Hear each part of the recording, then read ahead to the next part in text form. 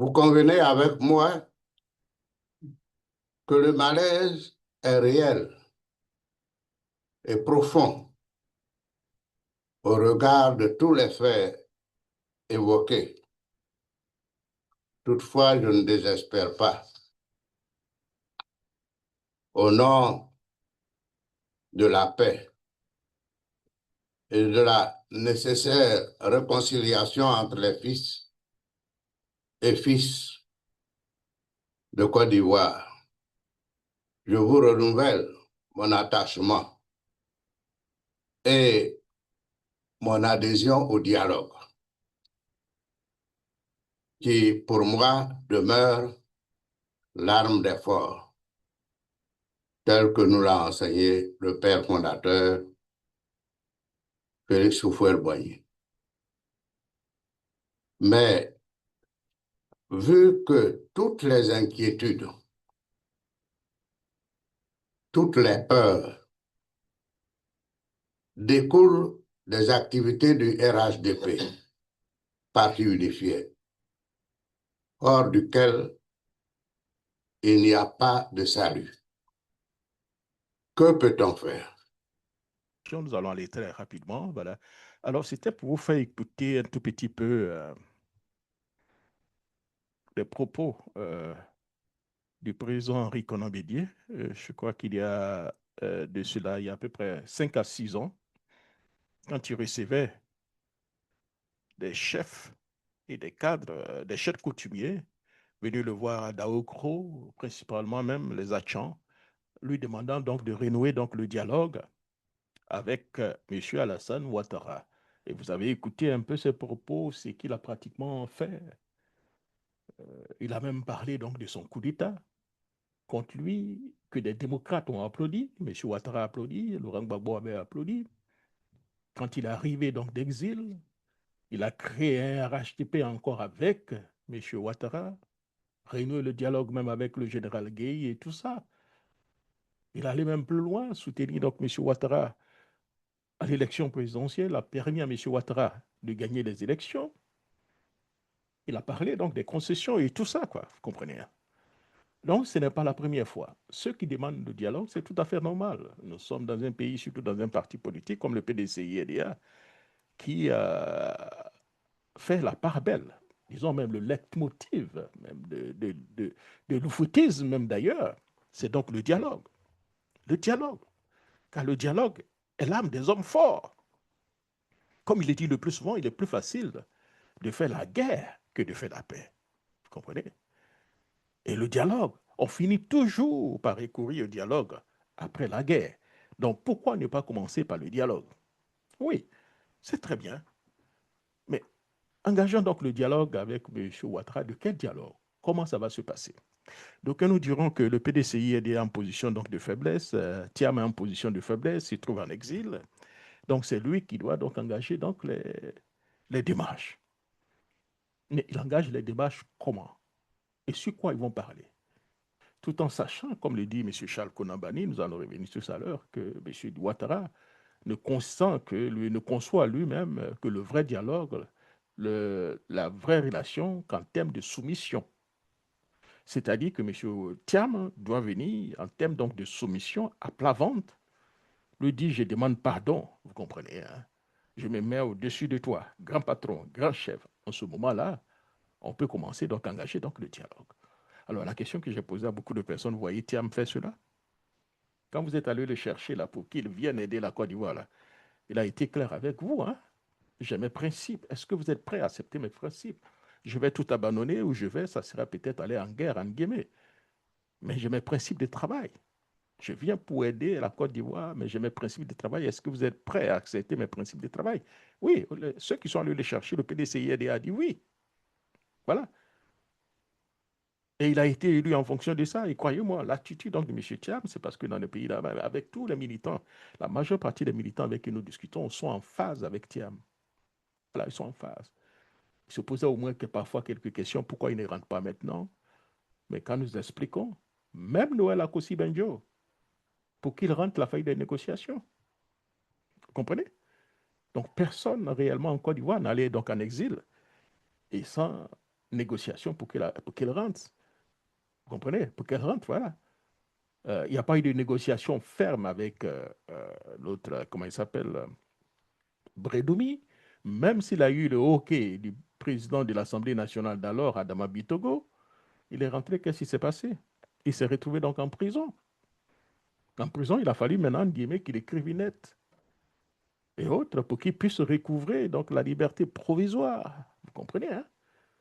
Donc, est-ce que c'est ce que vous demandez à Thiam, qui rentre et qui soit en prison donc pendant des semaines, des mois, demander pardon pour pouvoir discuter avec Ouattara pour que vous puissiez certainement avoir vos biens, vos affaires marchent avec Alassane? C'est bien ce que vous demandez? Dans ces conditions, c'est tellement simple. Mais rendez votre démission simple avec le PDCI et puis directement vous allez vous associer avec Ouattara. Comme ça, on ne dira plus, M. Ouattara ne va pas vous associer aux activités du PDCI et comme ça, vous allez commencer à bénéficier de vos avantages. Mais un parti politique, c'est ça, un parti qui abandonne la lutte. Vous comprenez, hein? Et la conviction, ce parti n'existe pratiquement plus. Vous comprenez? Vous avez écouté M. Henri Konabédié, hein? C'est clair. En dehors donc du salut, puisqu'on dit qu'il n'y a pas de salut, s'il n'y a pas de salut, c'est la mort. On veut tuer le PDCI-RDA pour ramener au RHTP. Voilà pourquoi même le logo du PDCI-RDA n'a jamais disparu du RHTP. Parce que pour M. Ouattara, tôt ou tard, il faudrait qu'il reprenne le RHTP. Il utilise de gré ou de force les cadres assez puissants du PDCI-RDA. Il les ramène au RHTP de gré ou de force. Vous comprenez? Quand vous voyez tous ceux qui font la pluie et le beau temps autour de M. Ouattara, ce sont donc des anciens cadres du PDCI-RDA qui sont autour de lui. Quand vous allez même de la présidence, et vous sortez de la présidence, on voit même les Adjoumani, Jeannot Aoussou Kwadjo, sont nommés ministres d'État, conseillers proches de M. Ouattara, Patrick Hachi aujourd'hui, donc à l'Assemblée nationale, tout est fait, c'est sciemment. C'est pour dire qu'on a réussi donc à écarter Thiam. Ceux qui sont ici, là, ce sont donc des gens qui sont, on peut les avoir facilement. Il est temps donc de tuer le leadership donc, de Thiam à 100%. Tous ceux qui soutiennent Thiam, il faut les étouffer, coller des ardoises, les amener donc à un procès. À un procès, ils sont condamnés et on leur fait une libération provisoire. On dit, voilà, c'est la libération provisoire, c'est la condition. Si tu ouvres la bouche encore, c'est fini, tu reviens en prison. Donc voilà comment la majeure partie donc, des cadres, depuis Bédier jusqu'à maintenant, jusqu'au TIAM, sont aujourd'hui anéantis au profit du RHTP ou bien phagocytés complètement. C'est de ça qu'il s'agit. Thiam, c'est un homme de paix. Si M. Ouattara aujourd'hui appelle Thiam pour qu'il y ait donc des négociations discutées, en le faisant, il ne le fait pas en tant que, ce n'est pas la faiblesse, hein, mais il le fait en tant que chef d'État. Comme il appelle Thiam son fils en tant que père et en tant même que disciple de Fauboyi, l'amener donc à discuter. Et ces discussions, ça ne doit pas être des discussions, viens t'en genou en face de moi, mais non. Des discussions donc de père en fils. S'il pense qu'il a raison, qu'il donne raison à M. Thiam, et puis il dit à Thiam, voilà, voilà, voilà, voilà. Et nous revenons donc à la paix. Mais il est hors de question d'aller vendre le PDCI-RDA donc à M. Ouattara. Thiam ne le fera pas. Donc ceux qui attendent ça pour aller faire donc leur alliance avec M. Ouattara, mais ils vont attendre longtemps, hein, ils vont attendre comme Pétu de Sikoji, hein. Ah oui, je sais que Éléonore, je ne sais pas si elle a vécu dans Sikoji, mais moi j'ai vécu dans Sikoji. Hein. J'ai vécu à Sikoji, j'étais donc à un moment donné, j'étais donc à Makori, vous comprenez. Hein. La peinture là, dans le temps, peut-être maintenant que la Sikoji a changé, mais dans le temps, quand il y a la peinture, il faut attendre 15 ans, 20 ans avant qu'il y ait encore les dents, encore une autre couche de peinture. D'où l'expression, ben, tu vas attendre durer comme peinture donc de Sikoji. Voilà, donc c'est un peu cela, vous comprenez. Alors, donc, le titre de notre mission ici, que nous allons donc démarrer très rapidement, donc prisonniers politiques, dialogue, soumission. Il faut clarifier donc un peu le débat avec nos amis avec qui donc j'ai échangé. Hein. Vous êtes au micro, Jacques Roger, donc le conservateur. Je ferai une émission une autre fois où j'expliquerai pourquoi je suis donc un conservateur. Voilà, un conservateur. Je suis un républicain pur et dur. C'est clair. Pour moi, la République est au-dessus de tout. Comprenez? Et voilà, j'expliquerai pourquoi un jour je suis républicain. Voilà. Et même, je vais décevoir beaucoup de personnes. Oui,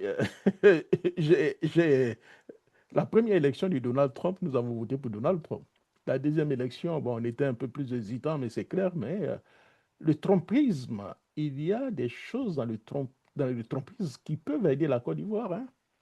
Bon, ça sera un autre débat. Voilà, ça sera un autre débat parce que si je continue comme ça, je pense que Eugénie, Éléonore et puis Rosanne, elles vont commencer à me fuir, hein, parce que j'ai l'impression qu'elles sont, si elles étaient aux États-Unis, elles allaient être beaucoup plus démocrates que républicaines. Ça c'est clair. Ça, c'est clair, hein. Alors, alors, Léonore et Eugénie, qu'est-ce que vous pensez de Donald Trump? Vous l'aimez ou vous ne l'aimez pas? Je connais déjà la réponse, vous ne l'aimez pas, c'est clair. Voilà. Comme la majeure partie des Européens qui ne l'aiment pas du tout, hein. Mais ça sera un autre débat. C'est un homme pragmatique, il y a beaucoup de choses qu'il fait. Voilà, nous ne sommes pas d'accord, mais il y a certaines choses, quand vous lisez, qui ne sont pas mal. Voilà, c'est clair. On aura la possibilité un jour donc de faire un débat sur ça. Donc, chers auditeurs, le bio aujourd'hui n'est pas donc un règlement donc, de compte en tant que tel. Ce n'est pas non plus donc une posture morale, cher ami. C'est un moment de clarification politique ici, hein. Depuis déjà plusieurs mois, des cadres et militants du PDCI-RDA et les PDC sont en détention, des gens qui sont en exil, des gens qui ont perdu donc des activités ou bien qui ne peuvent plus engager donc leurs activités, vous comprenez, hein. La douleur est réelle, vous comprenez. La colère est légitime. L'impatience est aussi compréhensible, c'est clair. Que les gens soient impatients aujourd'hui, nous comprenons pourquoi, hein. Oui, c'est clair. Bon, voilà, c'est clair, hein. Mais donc, cher ami, une question traverse aujourd'hui, hein, le débat militant. Oui.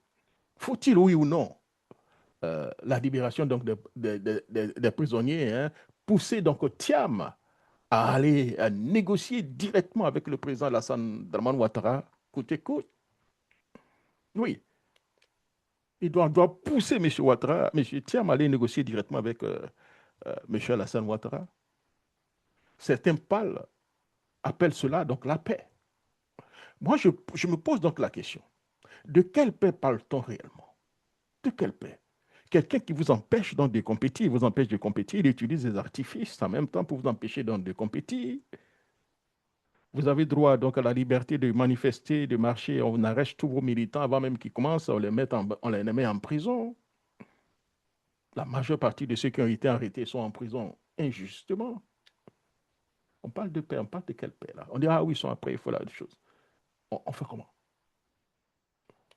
La colère donc des militants, une réalité à respecter, oui, c'est une réalité qu'il faut respecter. J'ai reçu donc un message donc de l'auditeur, brut et direct, sans filtre.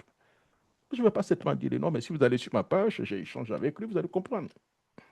Voilà ce qu'il me dit. Il dit franchement, voilà ce qu'il dit, hein, c'est ça, voilà ce qu'il dit. Voilà ce qu'il dit, cher ami. Il dit, voilà ce qu'il dit. Il dit, franchement, tu nous fatigues. Nos cadres sont en prison depuis pratiquement 8 mois. Tu n'en parles pas assez. Notre seule préoccupation, c'est donc leur libération. Le reste ne nous intéresse plus. Voilà. Alors, je veux le dire clairement, cher ami. Mais si les cadres sont incarcérés, vous vous fâchez contre moi, pourquoi? C'est moi qui ai incarcéré certainement ces cadres-là. Ah non, non, vous êtes brut aussi, je suis aussi brutal. Est-ce que j'ai incarcéré? Quel est moi mon rôle dans l'incarcération donc des cadres? Vous comprenez? Cette colère que vous avez est légitime.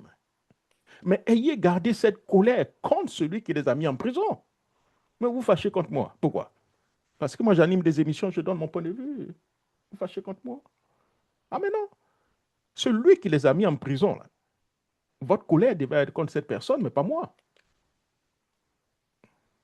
Quand un camarade, nous sommes d'accord, quand un militant voit donc ses camarades en prison, quand il voit donc sa famille donc brisée, quand il a donc le sentiment que personne n'agit, il cherche donc une solution immédiate. C'est clair. Et généralement, pour en Côte d'Ivoire maintenant, pour un PDCI-EDA, la solution immédiate, là, c'est Thiam. Il faut accuser Thiam. Oh ouais, il faut accuser Thiam. Ah oui, oui, il est assis là-bas, il ne vient pas. Il n'a qu'à venir, il va aller discuter avec Ouattara, ils vont libérer nos gars. Voilà comment l'Ivoirien aujourd'hui réagit, hein, pour ne pas dire au PDCI-EDA. Leur problème, c'est de mettre ça sur quelqu'un d'autre. C'est Thiam.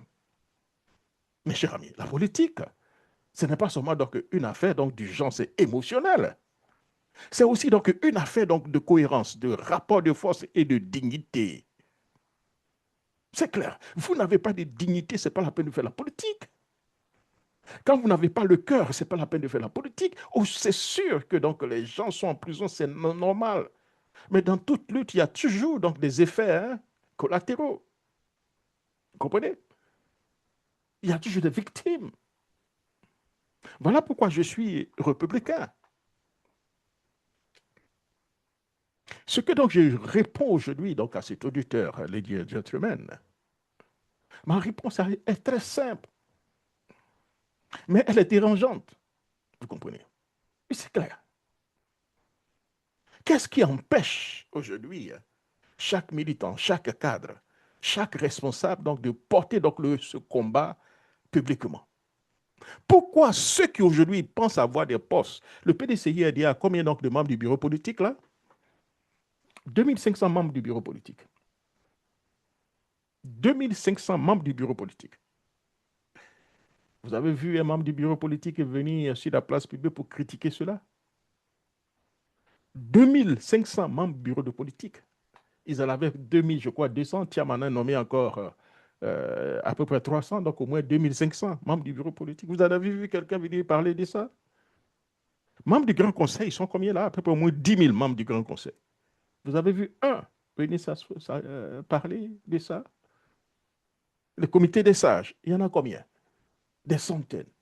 Bref, ils sont tous effacés. Ah oui, ils sont tous effacés. La lutte, là, ce n'est pas une seule personne. Hein? Ah oui. Ah oui. Si au moins les 10 membres du Grand Conseil là, venaient faire donc une conférence, une réunion, bien un meeting, et ils sortaient pour dénoncer cela, ça pouvait avoir des effets. Mais ils sont tous assis. Et c'est Thiam. C'est Thiam qui doit venir tout faire pour eux. Oui, je comprends. Ouais. Je sais que vous ne supportez point Donald Trump. Ça sera un autre débat. Ça sera un autre débat. Vous comprenez? Voilà. OK? Est-ce que moi, je suis un cadre du PDCI et derrière, vous allez certainement, comme on le dit en Côte d'Ivoire, vous charger sur moi? Pourquoi la pression ne s'exerce-t-elle pas? Si ceux qui se battent donc pour des postes, pourquoi vous n'allez pas demander à ceux qui se battent pour des postes là, de se battre aussi pour la libération donc des prisonniers politiques? Ah non, mais ils vont remettre à ce Thiam. Ah oui, non, non, non. Thiam doit venir, comment on appelle ça? Thiam doit se, comment on appelle ça? Thiam doit se, comment on appelle ça? Thiam doit accepter donc de venir discuter avec Ouattara pour que les gens là soient libres. Tout en sachant qu'eux-mêmes, ils peuvent créer des conditions de leur libération. Je vous ai dit à peu près 10 membres du Grand Conseil. Si les membres, 10 grands membres du Conseil là font une réunion de façon publique avec une déclaration, et pourquoi pas même une petite marche même pacifique, pour demander donc la libération donc, des prisonniers politiques, est-ce que ça ne pourra pas avoir donc de l'effet? 2500 membres du bureau politique. Donc, si vous mettez, donc, imaginez-vous, les 10 000 membres du Grand Conseil, avec les 2500 membres du bureau politique, ça nous fait au moins peut-être une affaire de 13 000. Imaginez ces 13 000 personnes donc, dans la rue en train donc, de demander la libération des prisonniers politiques. Est-ce que ça ne peut pas avoir de l'effet? Ah non, non, il préfère mettre sur tout Thiam. Ah oui, Thiam doit se déculotter, permettez-moi l'expression. Il doit venir donc demander pardon, s'agenouiller pour demander pardon à Ouattara pour que les gens soient retirés, puissent être libérés. C'est aussi simple. C'est tellement simple et simpliste. Vous comprenez? Il négocie donc en secret. Il discute avec donc, des cadres donc, du RHDP, ce qui est tout à fait normal. Je l'ai dit à ceux qui en veulent certainement aux militants, au cadre du PDCI, et là, vous les en voulez pour rien. Parce qu'en réalité, les cadres du PDCI, ils étaient donc dans la même mouvance avec le RDR, qui ont formé donc le RHTP. Ils étaient ensemble là-bas, ils ont travaillé ensemble. Ils ont gardé donc des amitiés. Donc, du jour au lendemain, on ne peut pas certainement couper parce que idéologiquement ou bien sûr les positions, les deux parties ne s'entendent plus. Les gens ont gardé donc leurs relations, hein. Ils se fréquentent, même pas régulièrement, mais de temps en temps, vous comprenez, ils s'appellent, ils rient, ça cause, voilà. Donc, entre eux, là, ils ne peuvent pas certainement négocier, créer des conditions pour les membres du bureau politique qui cherchent donc à rencontrer le chef de l'État avec l'accord donc, du président Thiam. Est-ce qu'ils ne peuvent pas le faire? 2000 et quelques membres du bureau politique qui cherchent aujourd'hui à rencontrer le chef de l'État.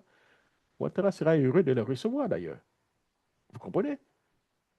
Ils peuvent directement s'asseoir et prendre cette initiative et puis informer le président pour avoir son accord. Une fois qu'ils ont l'autorisation donc, du président, ils vont rencontrer le chef de l'État pour leur soumettre cette doléance. Connaissant Ouattara, il sera même fier même de les recevoir puisqu'il va tenter même de les acheter one by one. Donc, il sera fier même de les recevoir. Vous comprenez? Alors, il sera fier donc de les recevoir et ils vont le discuter pour la libération de Mme Tubi, puisque Thiam n'est pas là. Donc, ils peuvent faire cela. Ah non, ils peuvent faire donc se cacher là-bas. Ils ont le titre de membre du bureau politique, ils utilisent ça comme, comment on appelle ça? Comment vous appelez ça même? Les cartes que vous avez, que vous présentez aux gens, là, comment on appelle ça? Les cartes de, j'ai oublié, cartes de visite. Ah oui, je suis membre du bureau politique. Je suis membre du bureau politique. Je suis membre du bureau politique. Membre de Congrès, tu es membre du bureau politique. Tu fais quoi avec ça? Alors, ceux qui parlent aujourd'hui donc, du retour donc, de Thiam, hein, quelles sont les conditions? Vous avez abandonné Henri Konambidi au moment où il avait besoin de vous. Le pauvre Henri Konambidi s'est retrouvé au milieu dans la lutte. Vous avez tous fui et laissé donc des petits dozos rentrer même dans la chambre de M. Henri Konambidi pour la deuxième fois. La première fois, c'était donc des va-nu-pieds qui sont allés faire un coup d'État. Ils l'ont humilié à domicile. La deuxième fois, on a laissé donc des va-nu-pieds venir humilier le président Henri Konambidi. C'est ce que vous voulez que Thiam arrive encore? Vous allez rester là au moment où Thiam s'en va, là, étant même en prison, et puis vous vous êtes assis là, vous n'allez rien faire. Alors, vous pensez que c'est comme ça qu'on fait la lutte? Ah mais non, la lutte, le combat, c'est ça, hein. Regardez un peu ce qui se passe à Minnesota. J'ai appelé ma fille hier, je lui ai posé la question, je lui ai dit, mais c'est aujourd'hui à peu près moins 25 degrés à Minnesota. Les gens sont dans la rue en train de manifester. Est-ce que tu le feras pour une cause? Voilà ce qu'elle m'a dit. Elle m'a dit, non, je soutiens la cause, mais je ne pourrais pas le faire. Voilà. Mais hier, il y avait donc des milliers de personnes dans la rue, hein, pour protester contre la décision donc, de Thiam, des choses de Trump. C'est ça l'engagement citoyen. J'ai été surpris, vous comprenez, quand ICE, ou bien le Border Patrol, ils ont tiré sur Alex Brady. Après ce coup de feu, il y avait encore des gens autour de lui qui cherchaient de venir sauver Alex Brady. Mais en Côte d'Ivoire, il s'agit simplement de tirer son un coup de feu en l'air. Vous allez voir, tout le monde va disparaître. Tout le monde. Moi, même si je suis là-bas aussi, je vais disparaître. Hein. C'est clair. C'est comme quand j'étais arrivé aux États-Unis il y a donc des années, et puis donc j'allais chez moi, et puis la nuit, j'ai été arrêté par quatre policiers qui étaient donc à la recherche donc, des Noirs. Et quand ils m'ont vu, ils m'ont arrêté, ils ont commencé à me fouiller. Et puis, donc, c'était réellement la première fois que je voyais des armes. Je regardais, et puis j'ai commencé à sourire. Le gars me dit, moi, pourquoi tu souris? J'ai dit, non, c'est la première fois que je vois donc des armes. Vous comprenez? Parce que les armes étaient pointées sur moi, machin. C'est la première fois que je voyais des armes. J'avais peur, vous comprenez? Je tremblais. Et puis voilà, c'était la première fois que je voyais des armes. Je tremblais comme ça quand je voyais l'arme, là. C'est ça l'Ivoirien, vous comprenez? La majeure partie des Ivoiriens, on nous a appelés certainement à faire la paix, discuter, machin. Beaucoup d'Ivoiriens n'ont jamais vu des armes autour d'eux. Donc, ce n'est pas parce qu'ils sont peureux, hein? Non. Parce qu'on ne nous a pas appris cela. On nous a appris, vous comprenez, à développer notre pays, à aimer notre pays, à cultiver donc la paix. On ne nous a pas appris à être des guerriers. Donc, ceux qui sont à la tête du pays là savent cela. C'est pourquoi ils utilisent donc des armes pour nous intimider tous les jours. Mais il suffit seulement d'un coup de feu, tous les Ivoiriens là vont disparaître. Mais là, la Minnesota, les gars a tiré. Les gens étaient là. Pendant que le gars était en train de mourir, là, il a tiré combien de fois? 10 fois. Boum, boum, boum, boum, boum. Regardez les images, les gens étaient encore autour. Pour la cause. Je posais donc la question à des gens qui étaient là-bas. Ils m'ont dit, c'est une cause, c'est la démocratie. On ne peut pas laisser quelqu'un venir nous arracher notre démocratie. On ne peut pas laisser quelqu'un venir nous arracher nos droits. Le droit de porter donc des armes. On ne peut pas laisser quelqu'un. S'ils veulent nous tuer, ils vont nous tuer nous tous. Nous avons ces gens qui ont peur, des gens manchés, mais pour la cause, nous allons mourir pour la cause. À moins 30 degrés, les gens sont dans la rue en train de marcher. C'est comme si vous allez à 50 degrés à Abidjan. Et vous voyez donc des gens en train donc de manifester. Vous comprenez? C'est ça la lutte.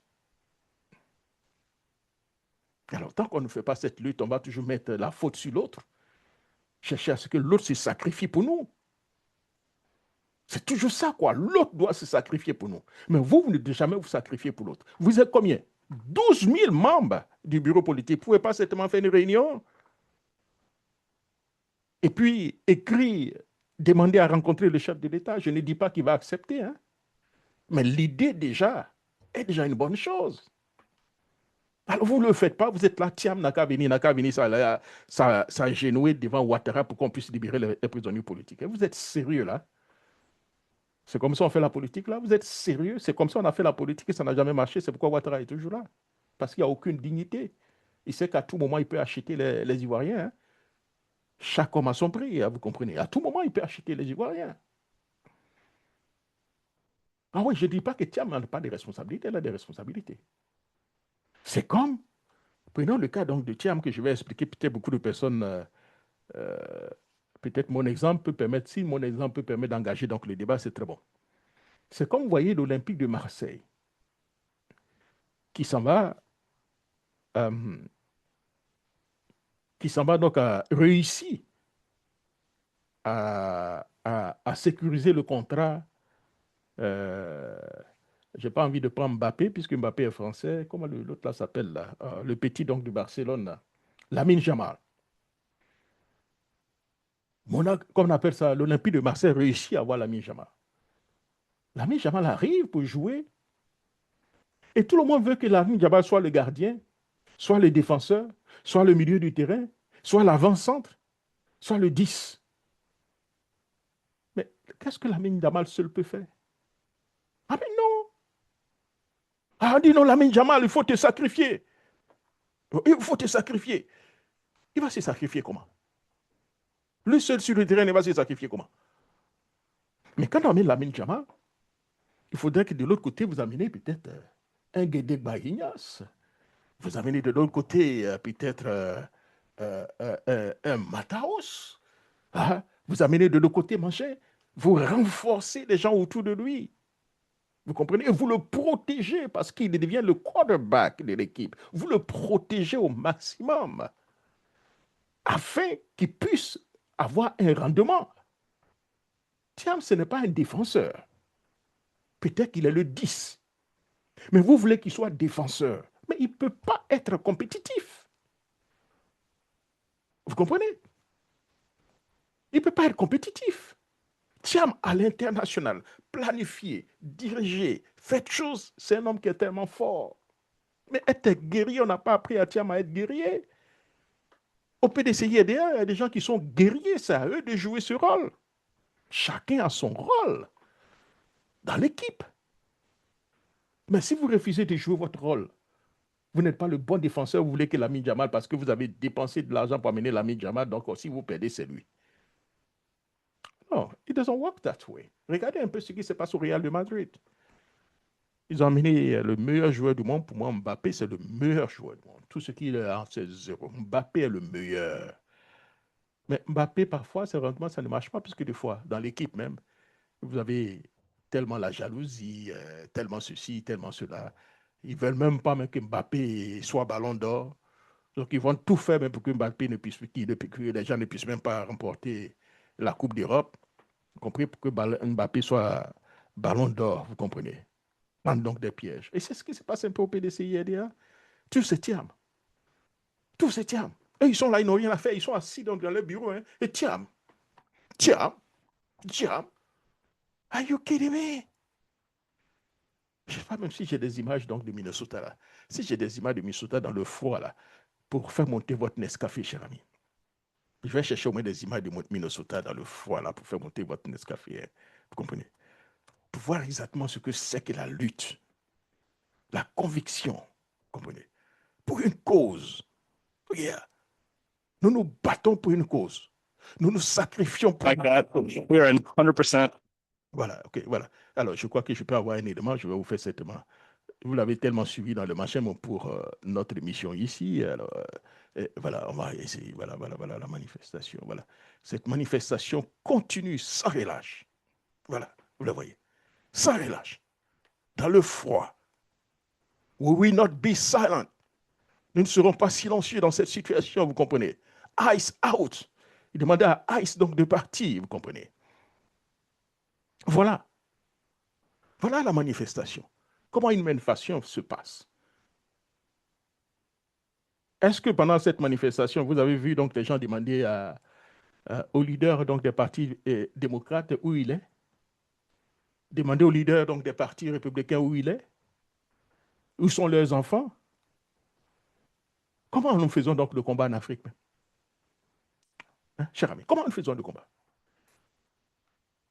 Les gens se battent pour une cause. Et pour eux, ils se battent pour une cause, donc ils font tout pour que cette cause réussisse.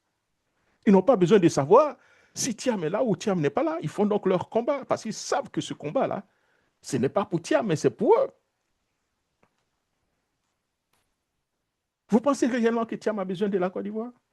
Don't give me wrong. Être président d'un pays, c'est une très bonne chose. Hein? Ah oui, ça sera donc la consécration pour Thiam. Être président donc, du pays, il pourra faire avancer les choses.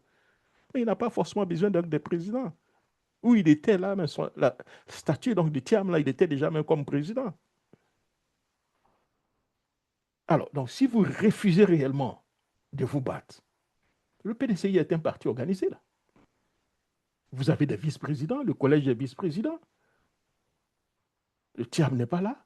Mais vous vous réunissez, vous discutez dans le collège des vice-présidents.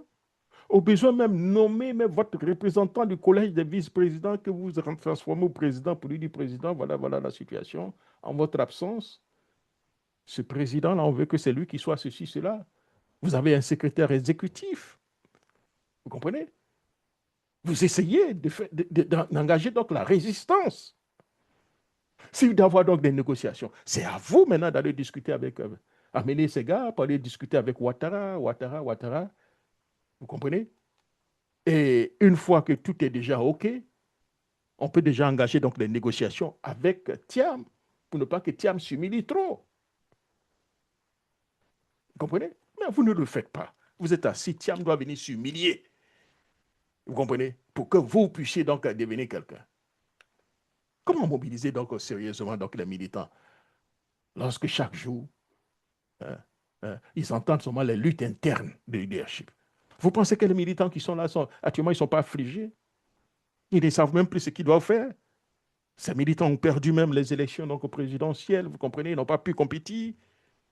Ils sont tellement frustrés en ce moment.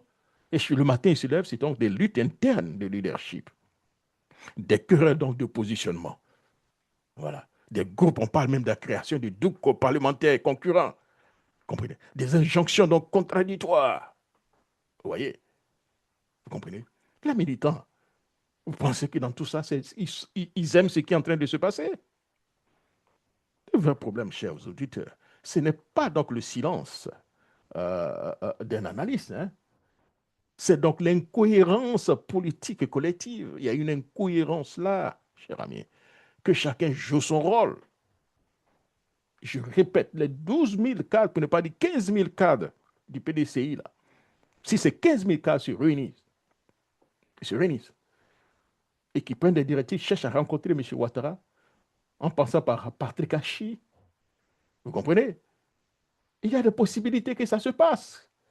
Qu'ils puissent même si Ouattara ne les rencontre pas et tout, pour moi, leur leader, il va les rencontrer, discuter avec lui, expliquer tant, voilà.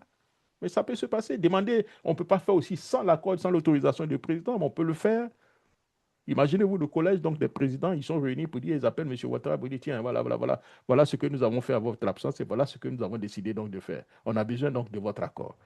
Mais Thiam est capable de dire, mais je ne suis pas d'accord avec ça, mais puisque la décision a été prise, d'accord, allez-y. Mais Thiam le fera. Mais ils ne le font pas, ils ne jouent pas de leur rôle, ils sont assis là-bas, ils attendent tout de Thiam. Comme ils attendaient tous d'Henri Konan-Bédié. Même pour payer leur facture donc, de téléphone, c'est Henri Konan-Bédié qui payait. Leur nourriture de tous les jours, c'est Henri Konan-Bédié qui payait. C'est ce qu'ils appellent le militantisme. Pour eux, c'est ce qu'ils appellent le bon leader. Celui qui est là, qui paye pratiquement leur bill. Vous comprenez? Celui qui va effacer donc leurs dettes. Celui qui va payer donc les manchins pour lui les faire soigner. Voilà le militantisme à Côte d'Ivoire. Quand vous ne le faites pas, vous êtes méchant. Vous êtes le peigne. Automatiquement, vous devenez leur ennemi. Vous comprenez? Nous sommes rentrés donc dans de faux dilemmes, pas de faux dilemmes donc de dialogue, pour moi, qui sont transformés dans le chaos. OK. Vous comprenez?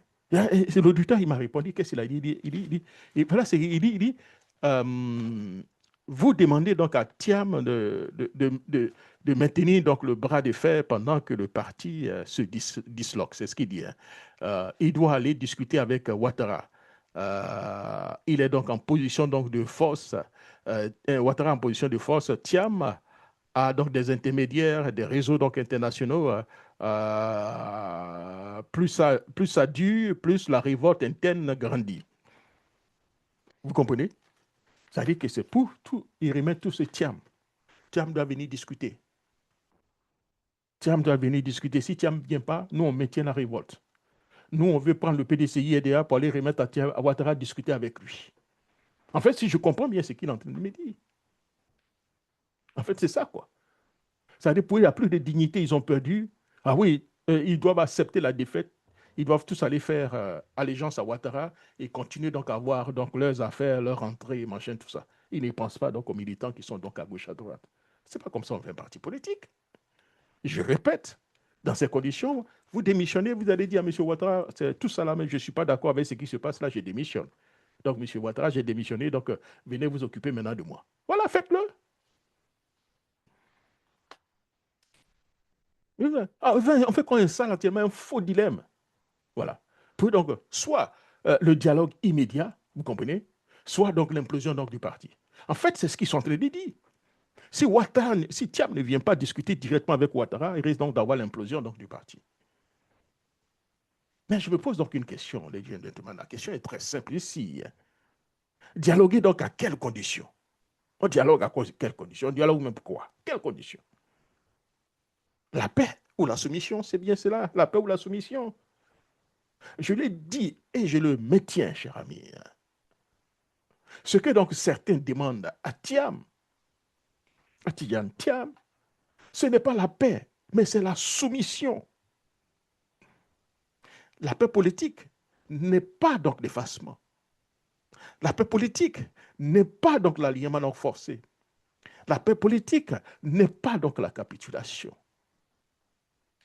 Un ancien responsable ivoirien, M. Charles Konan-Banny, a été clair. Hein? Quand on parle donc de paix, j'en avais parlé, monsieur. Il dit, qui connaît Charles Konan-Banny, hein? qui connaît, c'est ça, c'est Jean Konan-Banny, entre les deux. C'est le jeune frère, c'est Charles. Non, c'est Charles, je pense que le jeune frère, c'est Charles, qui connaît très bien M. Ouattara, puisqu'ils ont travaillé à la banque, à la BCAO ensemble. Voilà ce qu'il dit, qui connaît très bien Ouattara. Et il a clairement dit, il dit, toute relation durable avec Alassane Ouattara se fait donc à ces conditions. Donc, tout dialogue avec Ouattara doit se faire à ces conditions. Et ces conditions, comme le dit, hein, nous les connaissons. Renoncer donc à son autonomie, vous renoncez donc à votre autonomie, accepter la domination politique, se fondre donc dans son système. M. Henri Konan-Bédié a dit, s'il n'y a pas donc de salut, qu'est-ce qu'il y a? C'est la mort.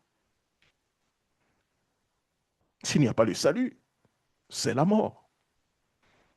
Nous sommes tous d'accord, hein? Donc il vient rompre le dialogue. Mais le dialogue, là, vous qui êtes actuellement au pays, membre du bureau politique, membre du Grand Conseil, il y a quoi encore? Vice-président, comité des sages. Mais fonctionnez. Faites tourner le parti. Organisez donc des réunions, des motions que vous envoyez donc au président. Demandez donc à rencontrer M. Ouattara. Vous comprenez? Si le président était sur place, j'allais vous dire, bon, tiens, d'accord. Mais il n'est pas là. Vous comprenez? La nature aurait du vide. Mais prenez des initiatives. Vous comprenez? Je ne demande pas de désobéir au président. Prenez des initiatives, mais informez le président à avoir son dernier recours. Alors organiser donc des réunions, discuter, machin, tout ça. J'avais parlé avec un cadre du PDCI qui me dit, mais tu sais, Jacques Roger, l'idée n'est pas mauvaise. Mais c'est qu'aujourd'hui, là, c'est qu'entre eux-mêmes, ils ont peur entre eux, ils ne savent plus maintenant qui travaille pour Ouattara ou qui ne travaille pas pour Ouattara. Donc, quand ils vont aux réunions, ils ont même tous peur de parler. Parce qu'ils ne savent pas qui est l'espion donc, de Ouattara. Alors, comme mon papa me le disait là, est-ce qu'on a fait un voyage aller-retour? Donc, dans ces conditions-là, vous-même savez que vous êtes miné à l'intérieur et c'est Thiam que vous voulez certainement balancer puisque vous êtes incapable vous-même de trouver donc des solutions. En quoi aller discuter donc de paix, engager donc un dialogue avec Ouattara, ça sera donc une mauvaise chose. Ouattara va venir certainement attraper quelqu'un parce qu'il est en train d'engager donc un débat ou bien de chercher à la paix. Je ne pense pas, cher ami. Ici, la question centrale, voyez-vous Thiam réellement aller se coucher devant M. Ouattara pour demander pardon? Thiam que vous voyez là, Thiam que vous voyez là, vous le voyez d'aller se coucher devant Ouattara pour demander pardon? Autant vous remettre votre parti et puis partir. Il ne le fera pas. Il ne le fera pas. Même s'il le fait, les militants vont le vomir. Vous comprenez? Les militants l'aiment parce qu'il est Thiam, là. Ici, le risque est majeur hein, pour les cadres de sauver donc leur poste, pas le parti en réellement. Oui, il faut sauver leur poste. Soyons honnêtes, ce qui est en train de se passer. Ce débat donc n'est pas donc seulement idéologique. Il a aussi donc, pour moi, personnel, oui. Certains cadres ici sont fragilisés. Certains sont encore menacés. D'autres veulent simplement donc continuer donc à exister donc politiquement. Vous comprenez? Oui. Alors, ils habillent donc la soumission en mode donc de paix. Pour eux, donc, Ouattara a gagné.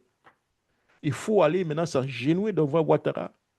Et maintenant, quand Ouattara va donc dire j'ai compris, et certains vont commencer donc à voir leur position et machin, tout ça, revenir à leurs affaires. Et puis machin, c'est tout ce qui les intéresse. Hein. Mais ce que les militants veulent actuellement, ça ne les intéresse pas en tant que tel. Voilà. Ouais. Mais les cadres pensent réellement sauver leur cadre, mais pas forcément sauver le parti. Pour eux, même le prix même de l'effacement du PDCI RDA, ça ne les intéresse même plus. Ce n'est plus donc une victoire, ça, hein, cher ami. Hein? Vous comprenez? Vous voulez une soumission. C'est une défaite historique, cher ami. Don't get me wrong. I'm going to be very clear here. I'm not against peace. Let me be clear. Mais je ne veux pas seulement donc, cette façon donc, de paix, on a l'habitude donc, de faire donc, en Côte d'Ivoire où on va s'engenouiller devant le chef. Mais non. Oui, il faut engager donc les négociations.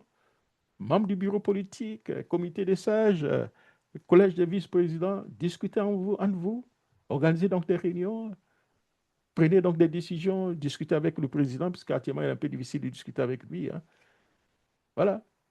Rencontrez M. Ouattara pour qu'il y ait donc euh, euh, la séance pour employer l'expression d'un cadre, d'un militant du RD, le Sabaridé. Si vous voulez faire le Sabaridé, ben vous êtes prêt à aller faire vos Yakodé ou bien le Sabaridé, ou bien Yachidé, le Yachidé ou bien le Sabaridé. Vous comprenez? Alors, chers amis, nous allons conclure rapidement. Hein. La conclusion est très simple ici. Hein. Ce que l'histoire retiendra ici, les dieux d'Esma, le président Houphouët-Boigny, hein, de son vivant, cher ami, il disait, il répète donc la politique, c'est ça, hein, la saine appréciation, qui est donc la saine appréciation des réalités du moment, bonne ou mauvaise. Et la réalité d'aujourd'hui est ceci, cher ami. Hein. La libération donc des militants et des jeunes emprisonnés est une urgence, mais elle ne peut pas se faire donc au prix de la dignité politique. La paix sans respect n'est pas donc la paix. La négociation sous contrainte n'est pas donc un dialogue, cher ami. Sans conviction, il n'y a ni combat, ni dignité, ni avenir politique. Sans conviction, il n'y a ni combat, ni dignité, ni avenir politique. L'histoire jugera.